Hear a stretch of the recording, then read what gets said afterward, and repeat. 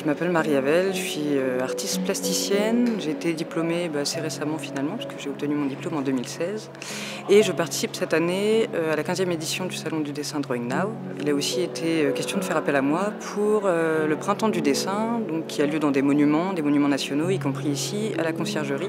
Du coup, sur un atelier pour lequel j'interviens en collaboration avec des étudiants des Beaux-Arts de Paris, des étudiants en prépa artistique et des étudiants en lycée option art également.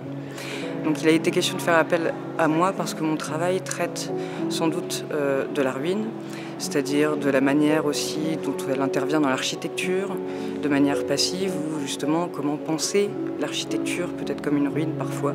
Donc tout ça, c'est des questions qui m'intéressent et qui peut-être ont fait que mon travail a pu intéresser les équipes du service éducatif de la Conciergerie dans le cadre de cet atelier.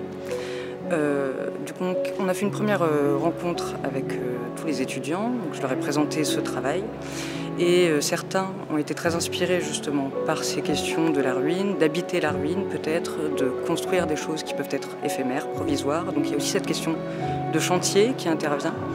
Et par rapport à ça, justement, on a choisi de travailler le dessin, mais déjà en prenant un support inédit, donc déjà pour leur donner l'idée que peut-être le dessin peut se faire autrement que simplement par l'utilisation d'un crayon, d'une feuille. Donc on a utilisé des supports qui sont des feuilles de polycarbonate. Donc c'est du plastique assez épais, c'est un matériau très contemporain et qui dans les faits sert aussi justement dans l'utilisation de chantier, c'est-à-dire créer des fenêtres ou des ouvertures temporaires, comme aussi créer même des constructions plus pérennes, des serres de jardin par exemple.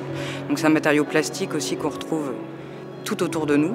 Et je trouve intéressant de l'avoir ici dans l'enceinte de la Conciergerie, qui est un bâtiment qui donc a une histoire très riche, très ancienne, qui a subi énormément de variations, c'est-à-dire de reconstruction, de réagencement, d'incendies, des crues aussi, de la Seine, ce qui fait que justement la salle dans laquelle on va travailler, c'est les cuisines. Les cuisines qui se retrouvent presque sous le sol, qui sont à semi-enterrées maintenant, puisque la Conciergerie s'est un petit peu affaissée dans le sol.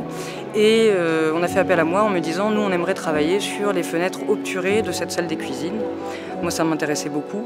Et puis cette question de la fenêtre, donc de l'ouverture qui se retrouve condamnée, justement ruinée, c'est-à-dire qu'on n'a plus la capacité de dire ce qu'il pouvait y avoir derrière. Et là je me suis dit, c'est l'occasion d'imaginer ensemble ce qui peut-être pourrait se cacher derrière, ce que ces fenêtres obturées pourraient peut-être devenir plus tard, en se projetant à la fois individuellement mais aussi en gardant la charge historique du lieu.